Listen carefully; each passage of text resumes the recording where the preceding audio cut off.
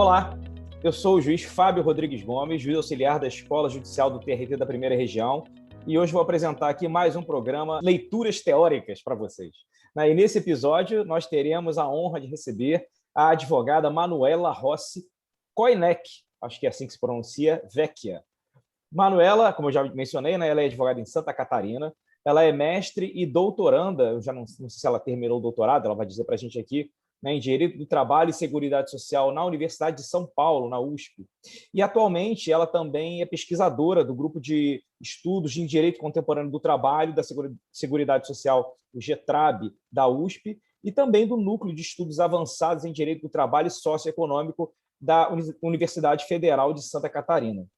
Manuela possui vários artigos, livros, um que eu posso destacar, um que foi escrito em coautoria com meu amigo Bruno Freire, eu sou professor da UERJ, o Bruno também é meu colega lá em processo de trabalho.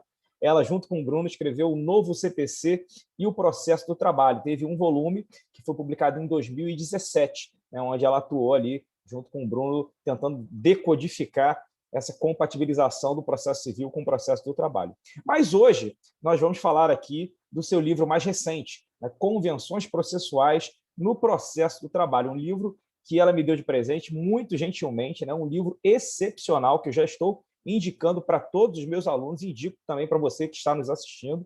Ele foi publicado pela editora TOTH, T-O-T-H, em 2021 e foi fruto da sua dissertação de mestrado na Universidade de São Paulo. Sem falar que conta com um luxuoso prefácio do meu querido amigo, o juiz Homero Batista, um excelente processualista, diga-se de passagem. Então, Manuela, é um prazer enorme tê-la aqui no nosso programa Leituras Teóricas. Já estamos tentando combinar as agendas há um bom tempo para fazer essa nossa conversa, nosso bate-papo. E já de início eu te pergunto, as convenções processuais sempre existiram em nossa prática forense ou você as considera uma verdadeira novidade nas relações processuais? Boa tarde, Fábio. Obrigada por me receber, foi com muita satisfação que eu recebi o seu convite para leituras teóricas. Eu não tive oportunidade ainda, então eu quero aproveitar essa introdução, esse momento para te dizer, sem parecer puxa-saquismo, que eu acompanho a sua produção acadêmica há um bom tempo, embora eu não tenha tido ainda a oportunidade de ler o seu livro sobre positivismo jurídico, mas por pura falta de organização de tempo, viu? Porque é um assunto que realmente me interessa e está no meu radar. E eu tenho uma lembrança, sabe, professor Fábio, que eu quero compartilhar do momento que eu terminei de ler um artigo seu, num desses livros de coletânea, talvez tenha sido até da professora Carolina Tupinambá. Eu lembro de ter voltado na primeira página para ver quem era o autor. Eu lembro de ter ficado muito impressionada, muito bem impressionada, Não é sempre que a gente lê, principalmente na nossa área, algo que verdadeiramente sai do script, Ideias que ponham em xeque de alguma forma o establishment. Ainda mais naquela época, isso faz bons anos. Mas eu digo isso só para reforçar, então, a minha alegria de poder falar contigo hoje sobre o meu novo livro, que ganhou o título de Convenções Processuais no Processo de Trabalho, foi fruto da orientação do professor Estevão Malê, no mestrado, na Universidade de São Paulo. Teve como objetivo muito claro investigar a aplicação do artigo 190 ao processo de trabalho, de compreender quais as especificidades que esse ramo eventualmente imprime às convenções processuais, já pensando no plano da validade das convenções processuais. E eu propus esse trabalho, sabe, professor Fábio, em 2015, ainda na vacatio do CPC. Não havia nem a monografia do seu colega, o professor Antônio do Passo Cabral, que é excelente, e cuja tese de livre-docência, que foi publicada na sequência como livro, essa monografia que me refiro, eu tive o privilégio de assistir na Universidade de São Paulo. Eu estava lá por sorte no dia e, enfim, pude aprender muito antes mesmo de começar os estudos, dele publicar. Depois eu pude conhecê-lo, trocar umas figurinhas. Recentemente soube que o professor Bruno Freire, a que tu se referiste, está submetendo um trabalho sobre convenções processuais no processo de trabalho na livre-docência, no Departamento de Direito do Trabalho da USP também. Acho até que a defesa era hoje. Então, o tema está bem aquecido ultimamente, ainda mais com a pandemia. Mas, finalmente, respondendo a sua pergunta, As convenções processuais não são propriamente uma novidade do CPC de 2015, né? Porque já existiam convenções processuais típicas no CPC de 1939, no CPC de 1973, né? Tendo o CPC de 2015 realmente expandido a quantidade dessas convenções processuais típicas, né? Como a Convenção Processual Típica para redução de prazos peremptórios, para delimitar as questões de fato e de direito objeto da cognição judicial, para o processamento do processo de inventário na forma do arrolamento. E na própria CLT também há convenções processuais típicas desde 1943, né, como a clássica Convenção Processual Típica sobre dispensa da leitura da reclamação trabalhista, né, que pouco se compreende, mas é uma convenção processual típica. Da distribuição de custos em caso de transação, talvez não fosse propriamente uma convenção, mais um contrato, mas eu coloco no bolo. A Convenção Processual Típica de Nomeação de Avaliador para Penhora de Bens, também, prevista no artigo 887 da CLT. Mas em relação às convenções processuais atípicas, isso é, aquelas que não têm uma previsão legal, né, do tipo, né, não tem um suporte fático de incidência normativa descrito na legislação, né, com efeitos antecipadamente previstos, o objeto e detalhamento da convenção processual ele vai ser fruto da criatividade dos celebrantes, né? E há quem compreenda que o artigo 158 do CPC de 1973, que hoje é o artigo 200, né, do diploma atual, já era um autorizativo para que acontecessem, que as convenções processuais atípicas acontecessem, né? De forma que o artigo 190 do CPC não fosse considerado propriamente uma inovação.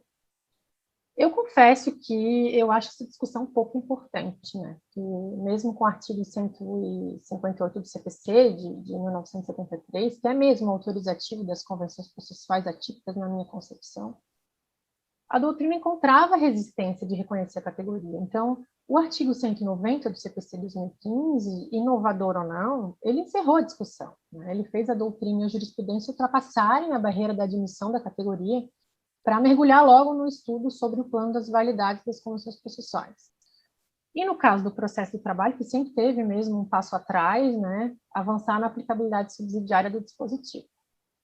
Não tem mesmo como negar a categoria, né, e admitir que a vontade das partes tem efeitos no processo contemporâneo, que é regido pela comparação, né, superando a dicotomia entre os modelos processuais adversarial e o inquisitivo, né, e que incentiva a autocomposição, né, e o contraditório participativo.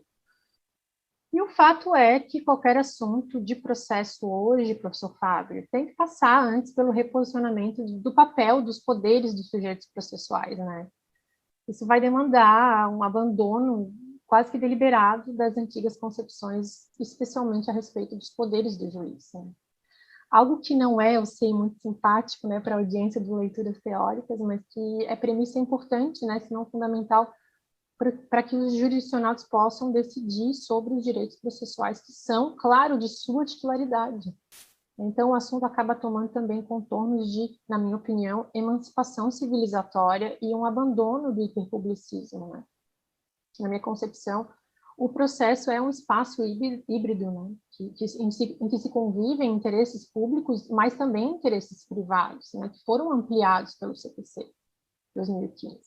E daí que toda vez que as partes definirem sobre procedimentos ou sobre situações jurídicas processuais, que estejam, claro, de sua titularidade, né, sendo válida a convenção processual, isso vai impactar num limite ao poder do juiz, né? Essa é a lógica das convenções processuais, né? Daí, a doutrina processual civil avançou muito, né? Há uma quantidade, eu até indico isso no meu livro, tenho, acho que, uma subseção que trata da quantidade expressiva de teses a respeito das convenções processuais atípicas, né?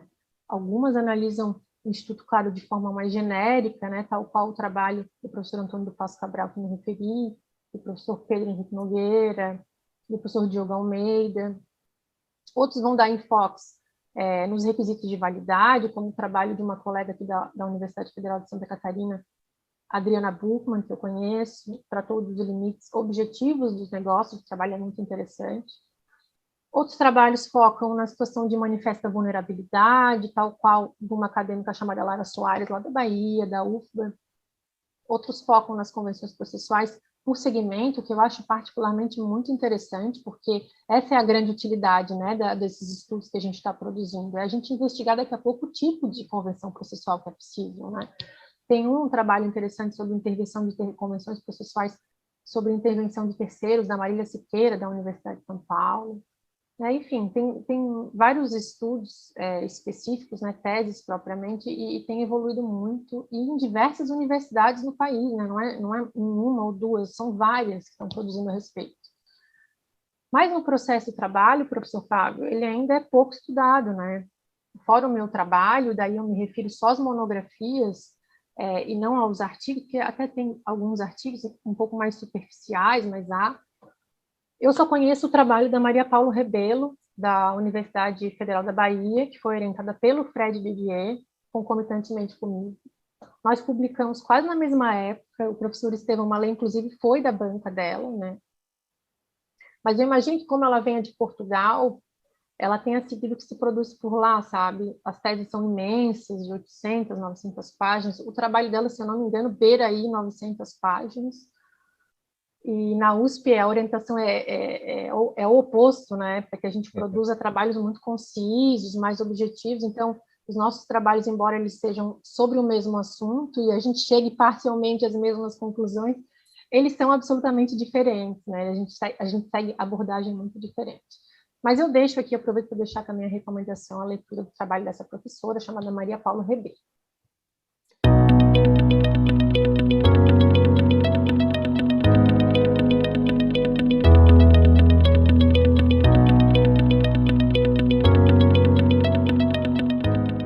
Então, Manuela, é engraçado esse estilo acadêmico, né?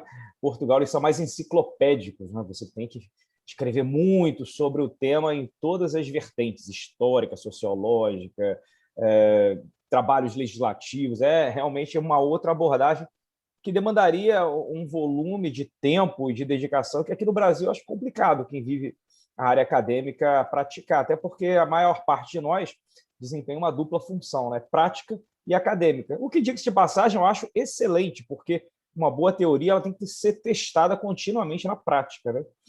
Mas, pensando no seu tema, eu diria que assim, o público de leituras teóricas talvez seja bastante simpático à sua ideia, porque no passado, o que acontecia? Né? Nós tínhamos uma possibilidade de flexibilização do processo, mas de uma maneira, eu ia dizer autoritária, mas soaria mal, né? Com um viés estatal, né? A partir do 765. O 765, o juiz dirige o processo, ele fraciona a audiência, ele manda trazer mais uma testemunha, ele diz que não precisa ouvir a outra. Né? Então, você tem ali uma modulação processual, mas muito centrada no juiz, sem a participação de ninguém.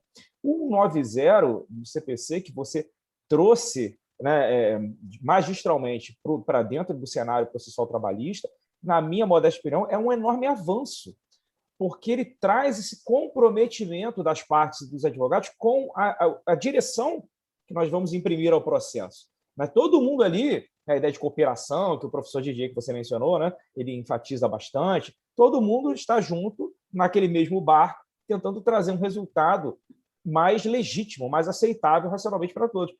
Você acredita que o TST ele também chegou a esta conclusão, né, deu essa guinada de 180 graus por conta dessa depuração de ideias e chegou à conclusão, olha, é melhor você flexibilizar, customizar o processo com a participação ou com o protagonismo das partes e não do juiz, até porque o resultado ele cria esse comprometimento de todos, ou você acha que foi mais um pragmatismo puro e simples decorrente da pandemia?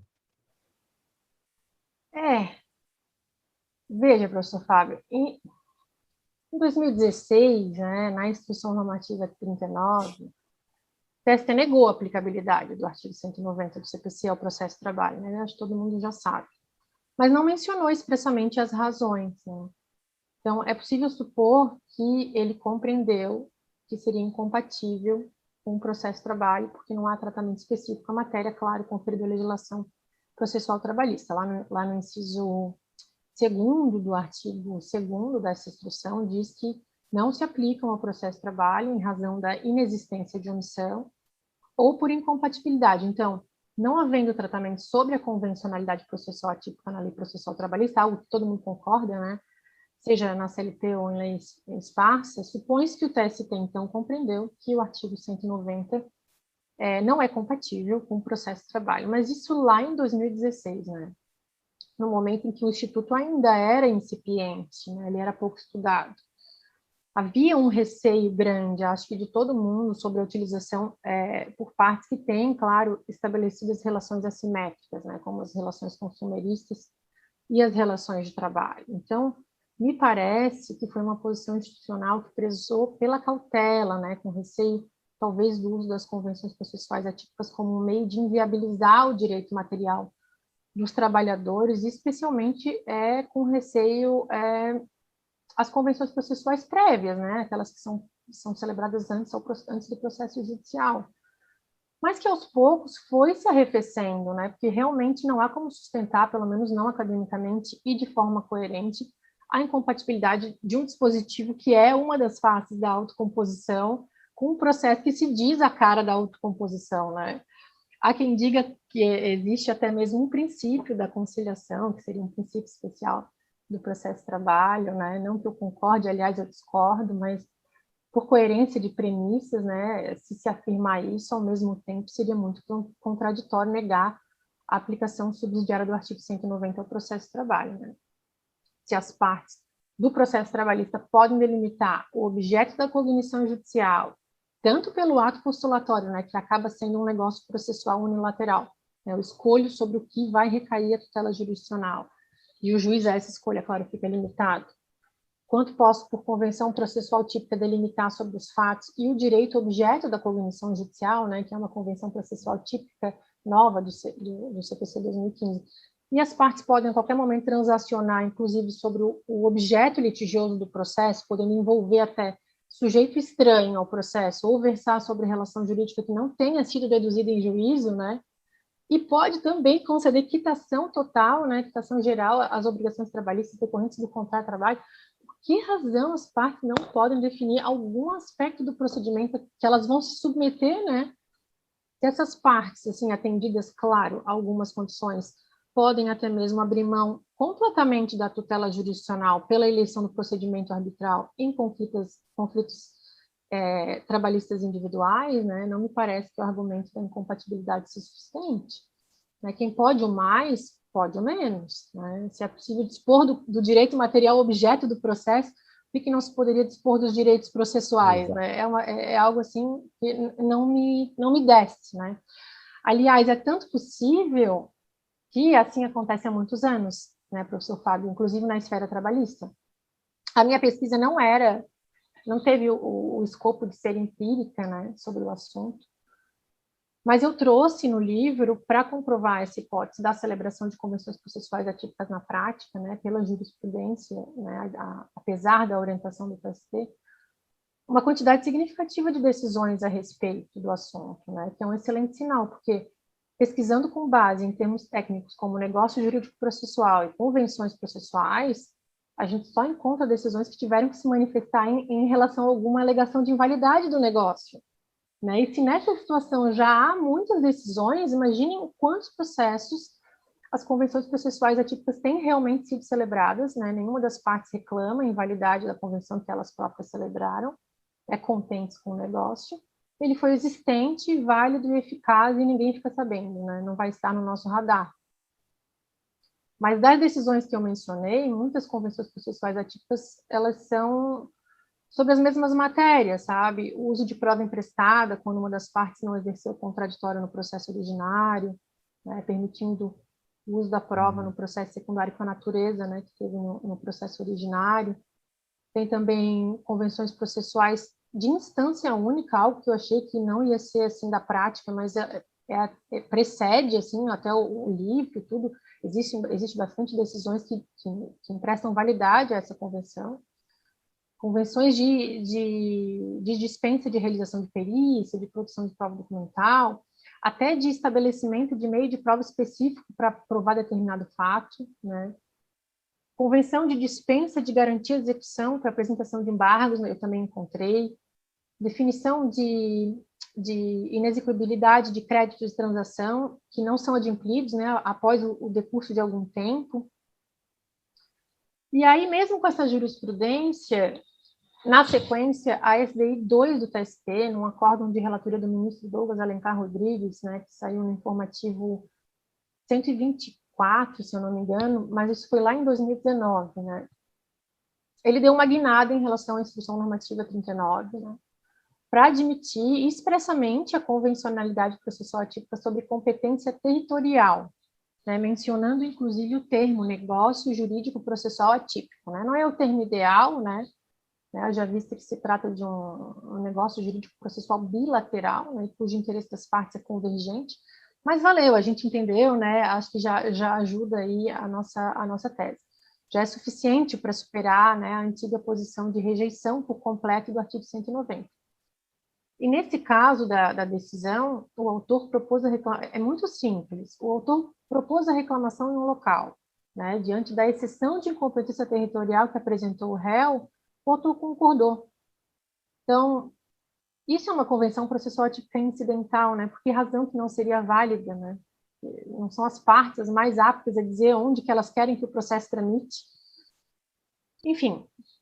E depois, com a pandemia, o uso consciente, né, expresso do artigo 190 no processo de trabalho acabou sendo utilizado pelos próprios magistrados, professor Fábio, e os tribunais trabalhistas para possibilitar que as audiências telepresenciais acontecessem, claro, sem que mais adiante as partes pudessem alegar alguma nulidade processual, né? O processo retornasse, enfim.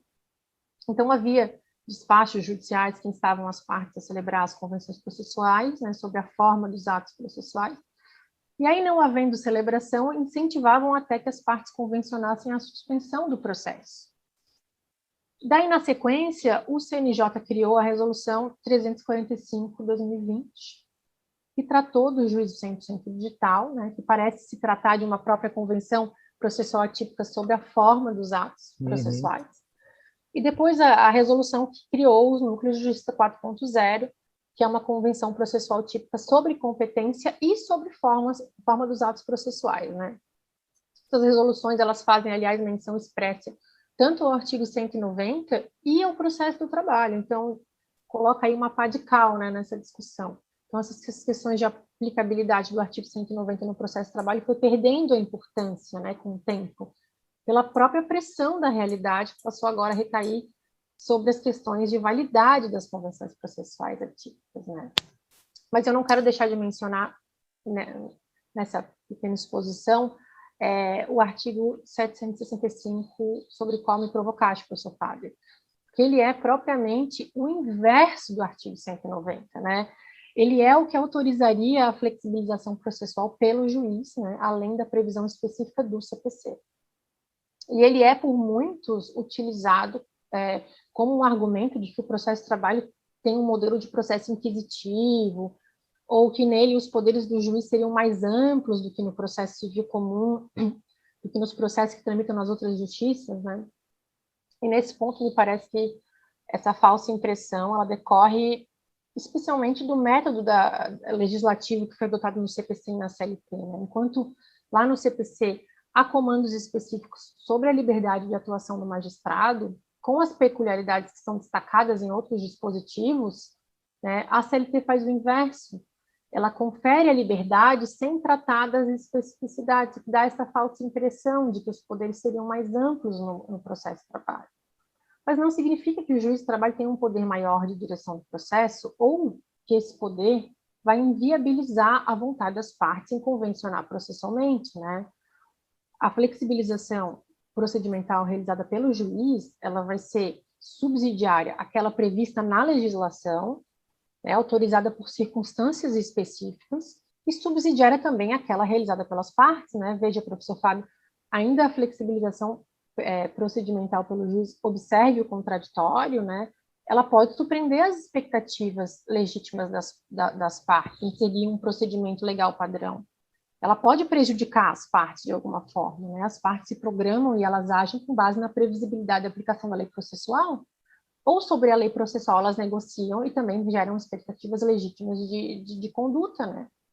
E reduzem aí o risco da ocorrência da própria flexibilização procedimental judicial. E esse mesmo pano de fundo, que é a interferência entre o poder do juiz e a vontade das partes, é o assunto das convenções processuais em matéria de prova, que é, assim, um mundo à parte, né? É o assunto mais quente no que toca às convenções processuais, né? E a depender da premissa que se tenha sobre a subsidiariedade ou não do poder instrutório do juiz, que vem do artigo 765, né, que pelo menos a nossa doutrina argumenta, a gente chega numa conclusão diversa. Então, sobre esse tema, eu até cheguei a escrever me aventurei a escrever um artigo do livro do ministro Luiz Felipe e do professor Bruno Freire, caso alguém se interesse, mas é um dos temas mais quentes, assim, que envolvem especificamente o artigo 765, que é um assunto que me interessa muito, sabe? É o pano de fundo do assunto do livro, que pode gerar outros muitos assuntos, porque geralmente é a interferência, é a intersecção entre a vontade das partes e a vontade do juiz.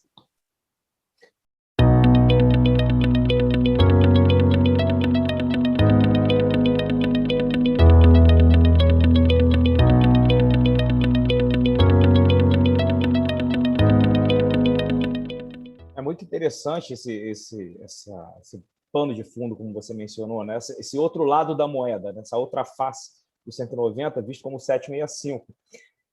Até porque eu penso que eles não são incompatíveis, né? Eu estava pensando, será que seria possível, por exemplo, o juiz tomar a iniciativa de propor às partes uma negociação, uma ideia de negociação? Aí você teria a iniciativa do juiz, baseada no 765, mas passando a bola para as partes decidirem se elas concordam com aquilo ou não. Por que eu estava pensando nisso? É uma coisa prática, assim.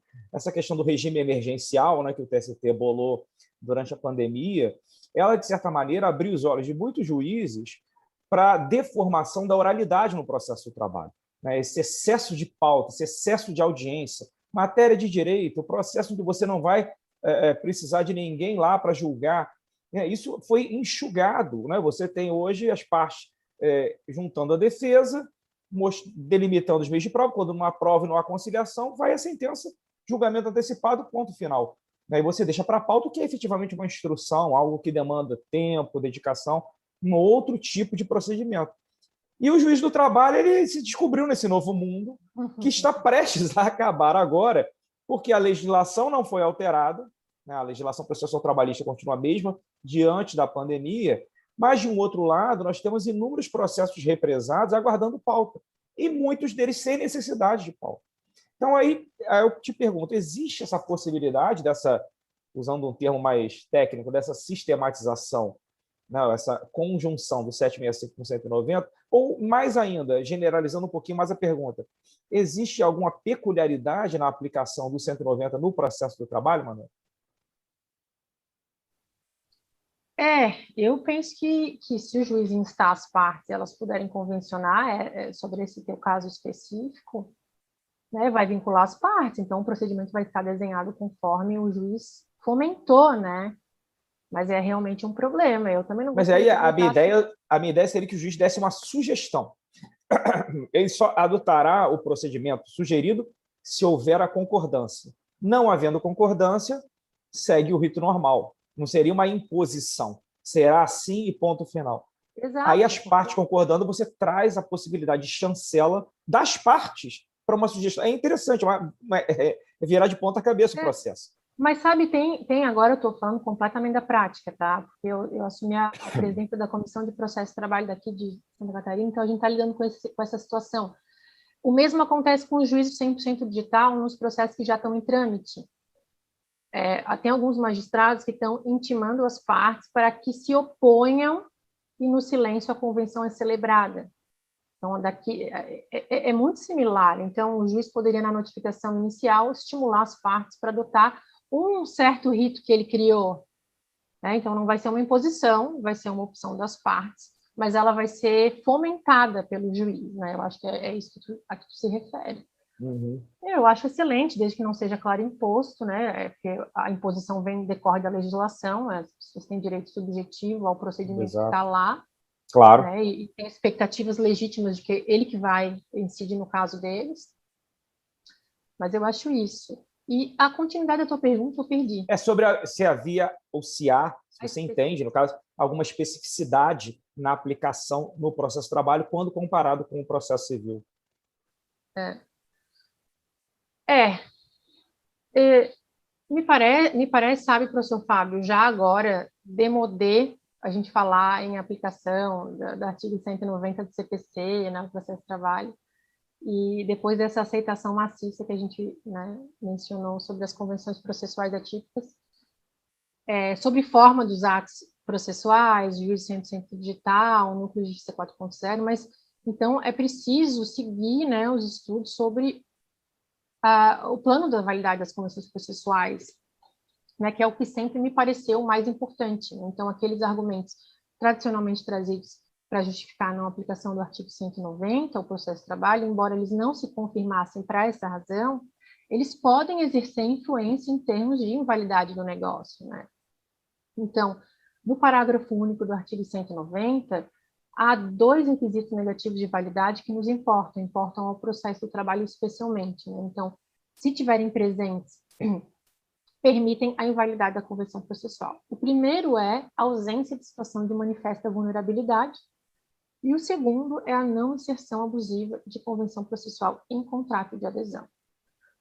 Quanto à ausência de situação de manifesta vulnerabilidade, professor Fábio, a legislação processual ela não absorveu os parâmetros da legislação material. Então, ela fez, né, na minha opinião, de muitos, uma clara opção de adotar um modelo flexível de proteção ao celebrante. Então, ela considera possível e válida as convenções processuais celebradas por partes que tradicionalmente estejam em relação jurídica assimétrica, né, como os consumidores, os trabalhadores, e não adota nenhum rol taxativo de vulnerabilidades. Então, a gente sabe que vulnerabilidade é um conceito relacional, né, pressupõe comparação entre as partes. E aí as condições, as circunstâncias que vão ensejar essa vulnerabilidade manifesta, a que o dispositivo se refere, ela não foi listada, né? Elas são quaisquer fatos da vida real que venham a implicar a suscetibilidade involuntária, né, para a parte anuir de forma não livre, de modo que lhe impeça ou lhe dificulte a prática de atos processuais. Então, essa conclusão, ela decorre da própria abertura do texto da norma, né, que traz a situação de vulnerabilidade manifesta como um conceito jurídico indeterminado que vai ser preenchido pelo juiz, de forma casuística e em consideração, claro, a relação jurídica individual que é submetida, né, naquele processo judicial. Né, vai exigir do juiz um ônus argumentativo para invalidar uma convenção processual que viesse apresentada no processo, porque o sistema pressiona pela validade a priorística das convenções processuais, tal qual os contratos de direito material, né, que são válidos até o momento que o juiz decide o contrário. Então, não dá para se prender à suposição de vulnerabilidade que fundamenta o direito material do trabalho, né, as suas exceções, lá o empregado persistente, aquele que celebra a convenção processual de arbitragem, compromisso arbitral, nem a regra da inalterabilidade contratual lesiva, né, para trazer o processo do trabalho. Né? O artigo 190 ele fez outra opção. Ele optou pela investigação casuística da situação de manifesta vulnerabilidade, né, que deve ter necessário, claro, impacto na qualidade da manifestação da vontade sobre o objeto processual da convenção. Então, é possível imaginar que vai haver uma grande quantidade de empregados que não vão entender sobre o objeto sobre o qual eles manifestaram a vontade, né? E, portanto, vão ser vulneráveis. A manifestação da vontade não vai ser livre porque não é informada, né? Mas, nesse ponto, os empregadores ou os sindicatos, eles podem tentar eliminar essa assimetria informacional de alguma maneira, né? Acho que há espaço aí para a criatividade.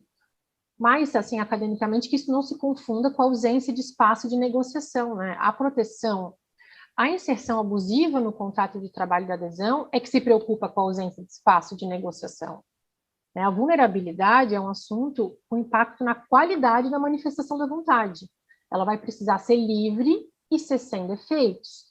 Então, quando se tratar de um contrato de trabalho de adesão, que é aquele que não há espaço de negociação entre as partes sobre os termos do contrato, né? A gente usa cláusulas uniformes que não são alteráveis, né? Elas são formuladas unilateralmente por uma das partes e não consideram nenhum aderente específico, né? Ele não é voltado para aquela contratação e tal. E a manifestação da vontade, ela se dá de forma adesiva, né? Ou é tudo ou nada. Nesses casos, se o contrato de trabalho for dessa forma, a proteção ela vai se dar sobre o equilíbrio contratual. Então, quando a convenção processual ela for inserida assim de forma abusiva no contrato de trabalho, de forma a dificultar irrazoavelmente o exercício de um direito constitucional processual importante, né, como, por exemplo, acesso à justiça, contraditório, daí ela vai ser inválida. Mas veja, professor Fábio, a convenção processual ela pode ser inserida num contrato de trabalho de adesão de forma válida, né, ainda que ela provoque alguma desvantagem em nível aceitável ao aderente, né? Especialmente quando indicada a concessão recíproca a que corresponde.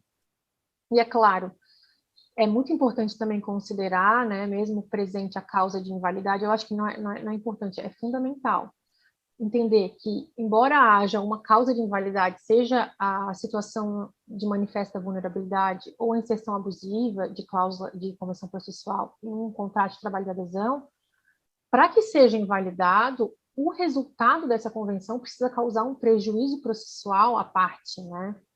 Para que ela seja invalidada. Isso decorre da própria teoria das nulidades processuais, né? Não adianta alegar e provar a causa da invalidade quando a convenção processual lhe for benéfica, né? Ou então que chegue a ficar concessões equilibradas, né?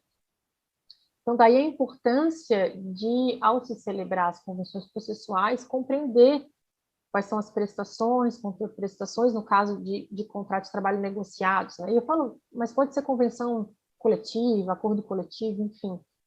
Acho que os olhos precisam ser voltados também no outcome, né? No resultado da avença, porque se ela já não resultar em prejuízo, nem tem que se verificar questões as causas de invalidade, que não vai gerar a invalidade de toda forma.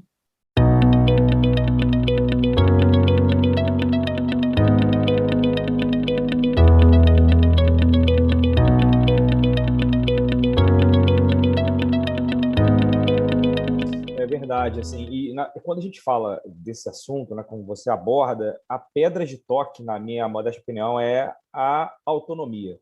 Né? Você chegar, você se debruçar sobre esse tema com uma visão, eu diria até anacrônica, né? Pode parecer pejorativo, mas é uma visão antiquada, né? De entender que a pessoa, porque está na justiça do trabalho ou porque está inserido em contrato de trabalho, ela é automaticamente hipossuficiente, vulnerável. Isso é algo que fica de costas para a realidade, né? No mundo real, nós temos muito mais camadas, mais nuances do que essa dicotomia maniqueísta, né? Preto ou branco. Né? E quando você trata de convenção coletiva, convenção processual no nosso segmento, eu acredito que esse seja um tema a ter muito cuidado na abordagem, né? Você não pode deixar passá-lo de lado, porque certamente vai ser essa a argumentação de muitos juízes, desembargadores, ministros, ou de seus colegas advogados que estejam advogando, a depender do lado, para tentar invalidar algo que foi feito. Vejam, por exemplo, os acordos extrajudiciais. Né? O TRT de São Paulo ele impõe milhares de condicionamentos para validar um acordo onde você tem advogados diferentes, pessoas plenamente capazes, que vão ali pegar uma chancela judicial, uma jurisdição tipicamente voluntária, e ainda assim o judiciário, às vezes, se interpõe no meio do caminho sobre o argumento de hipossuficiência, indisponibilidade, né? Conceitos extremamente indeterminados e que podem ser manipulados de uma maneira bastante complicada. Né? E aí eu vou para uma pergunta, uma pequena provocação que eu vou te fazer. Porque eu vi uma coisa muito legal que você escreveu no seu livro sobre a compatibilização. Então, não só do 190 do CPC, mas como de diversos outros dispositivos do CPC, de 15, né, com o processo do trabalho, a partir da lógica formal, né, da sua análise, da sua inserção no rito, no procedimento do iter processual trabalhista, a fim de evitar antinomias, redundâncias normativas, né, uma visão mais formal, uma visão menos axiológica. Porque quando você se propõe a analisar uma convenção processual ou qualquer outro fenômeno jurídico, saindo da lógica formal e adentrando essa identidade axiológica, você adentra no terreno altamente minado da ponderação, do pós-positivismo, daquela bagunça jurisprudencial, do ativismo desenfreado que gera uma insegurança sem limite, porque você nunca vai ter a previsibilidade do que é válido e do que é inválido, sobretudo em convenção processual. Aí processo tem que andar colado com a segurança. Processo com imprevisibilidade é água e óleo, né, se misturando indevidamente. Então, assim, não é melhor a gente aproveitar a deixa e eliminar ou aproveitar a ideia da compatibilidade a partir da lógica formal e eliminar esse argumento da ponderação, dessa metodologia fuzzy, como diz já o Carotilho, da nossa sofrida realidade processual, aí já puxando a sardinha para a minha brasa, né, do positivismo, né, defendendo um sistema mais regulatório e menos principiológico.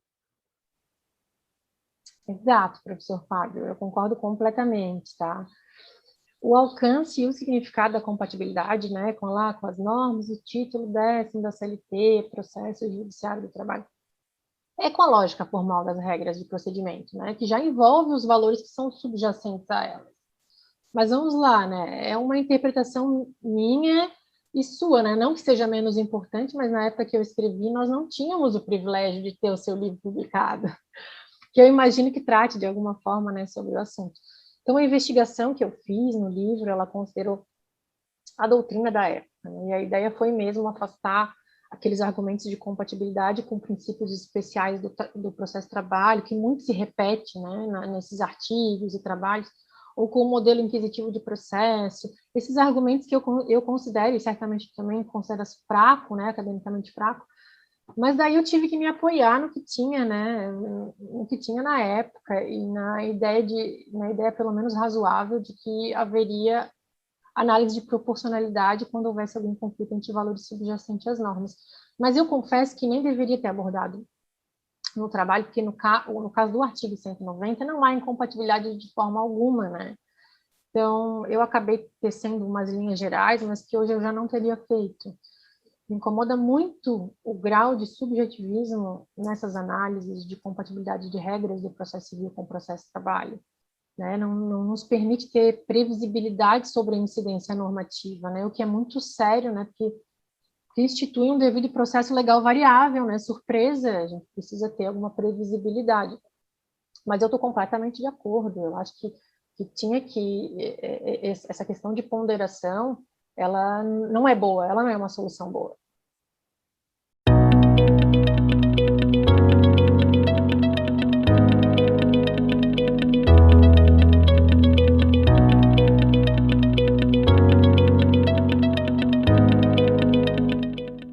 Exatamente.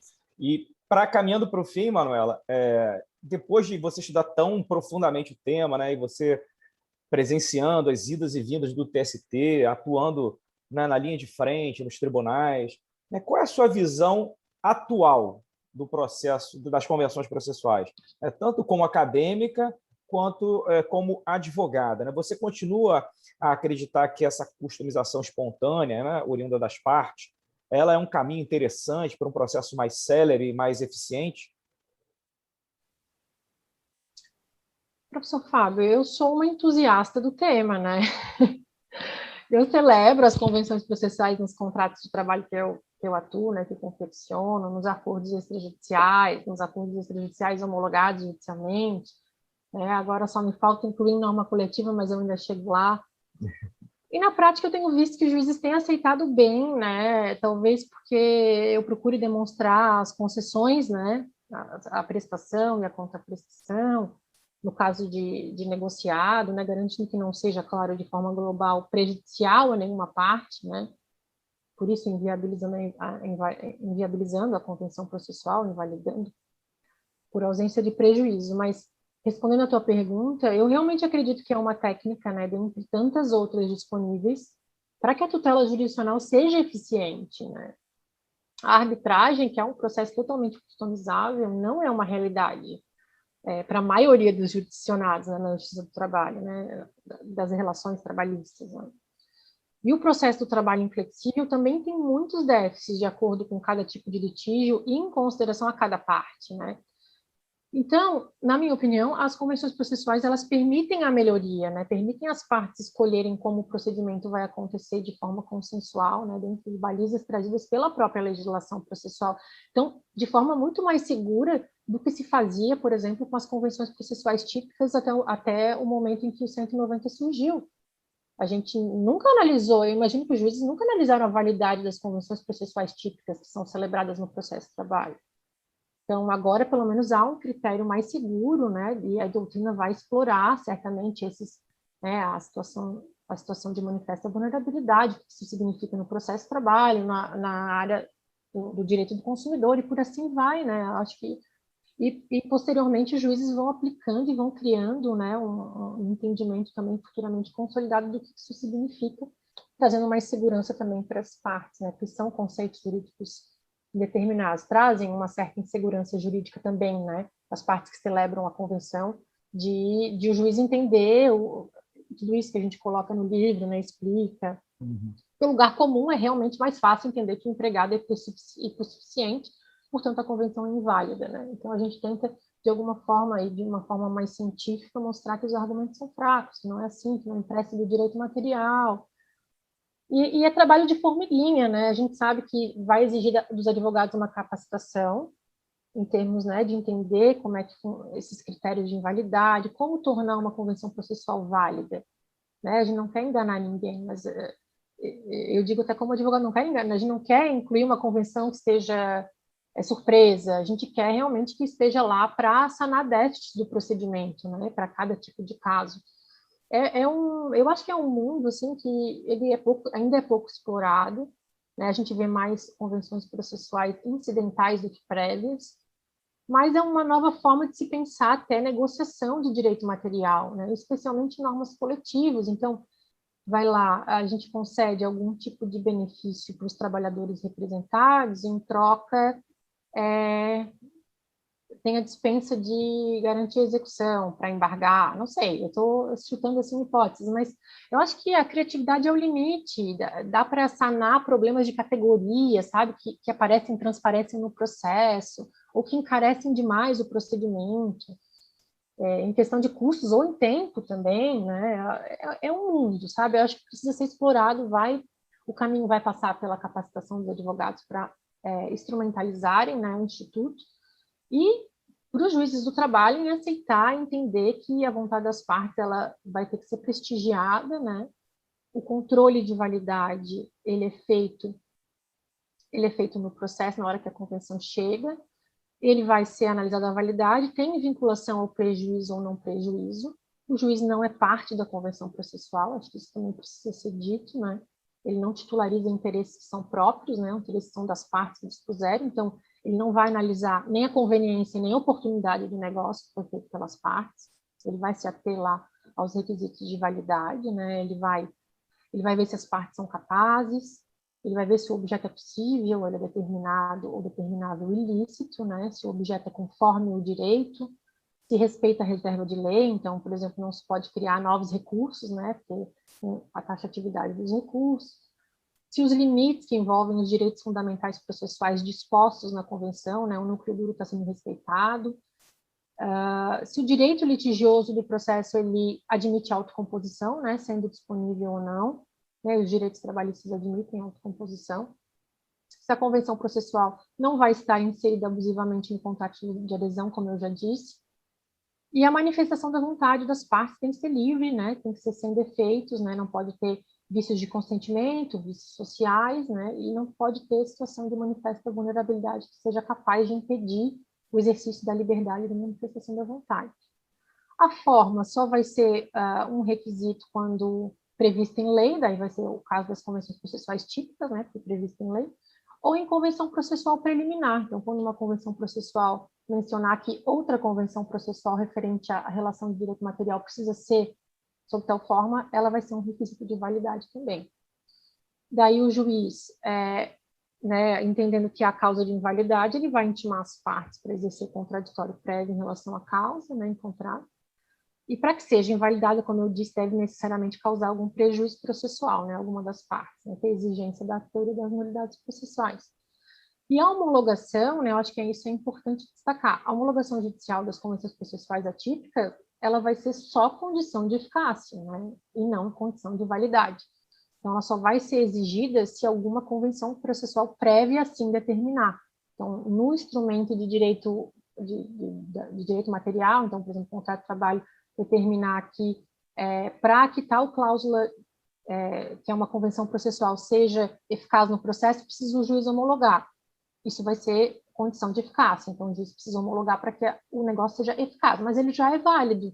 Naturalmente, o sistema pressiona no sentido de que toda convenção processual firmada é válida até que o juiz diga o contrário.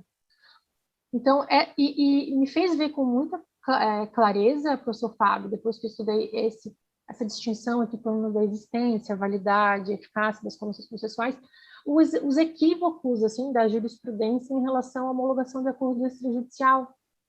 Então, a homologação do acordo extrajudicial é o momento que o juiz vai ver validar os requisitos de validade do negócio, ele não vai analisar a conveniência nem a oportunidade do negócio.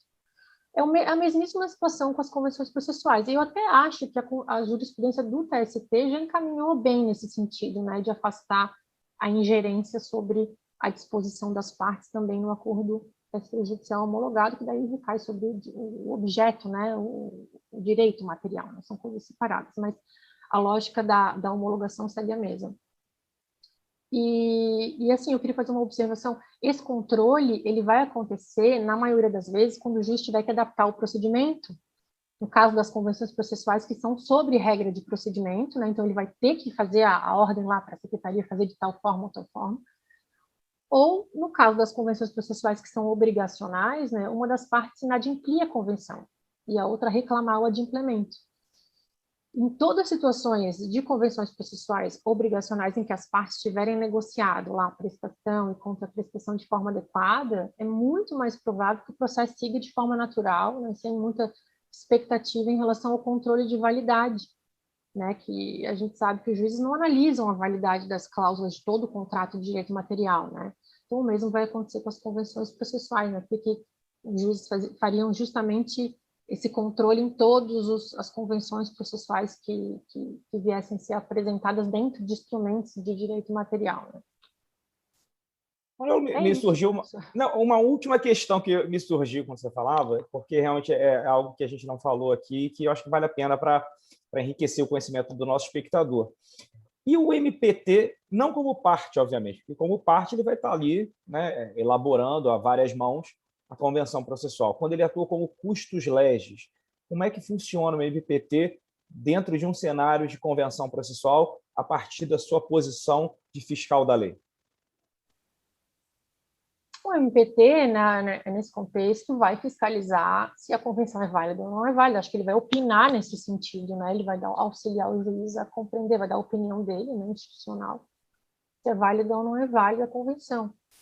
Mas é isso. Eu vejo um espaço muito bom para o Ministério Público do Trabalho, sabe? Seria interessante que eles começassem também a convencionar. Né? E os TACs não deixam de ser convenções processuais, né? Então eles já fazem convenções processuais.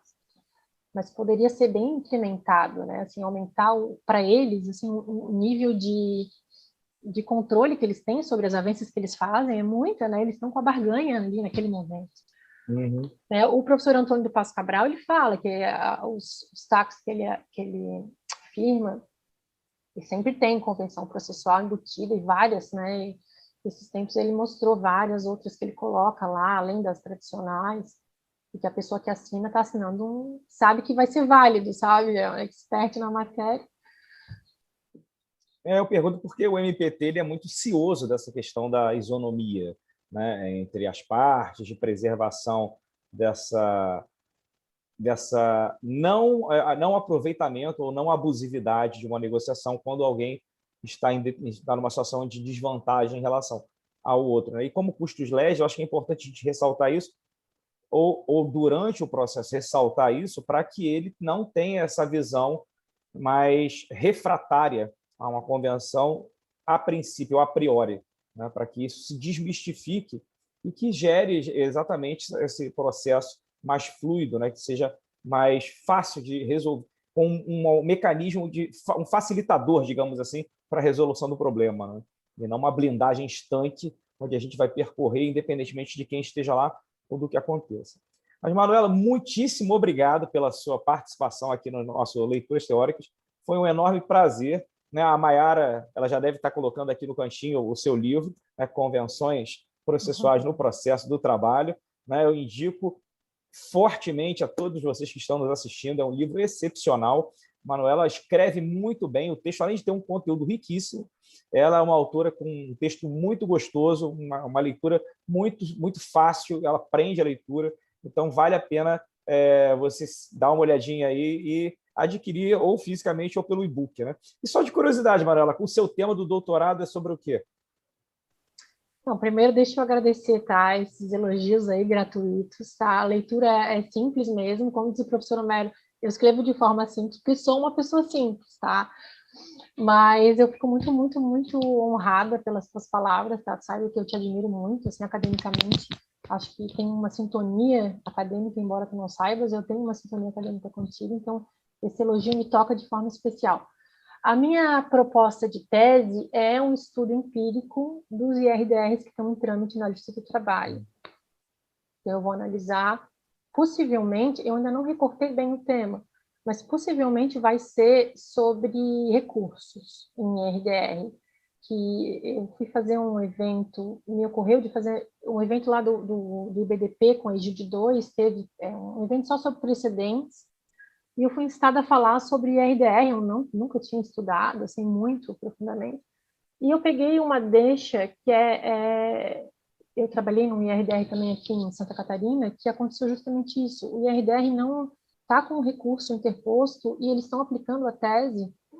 Então, eu identifiquei esse problema e esse buraco, e eu acho que, e como não tem nenhum recurso em IRDR julgado pelo TST ainda, se eles reverterem a decisão que foi tomada, foi aquele caso bem conhecido sobre limitação do valor das condenações, sabe, professor Fábio? Uhum.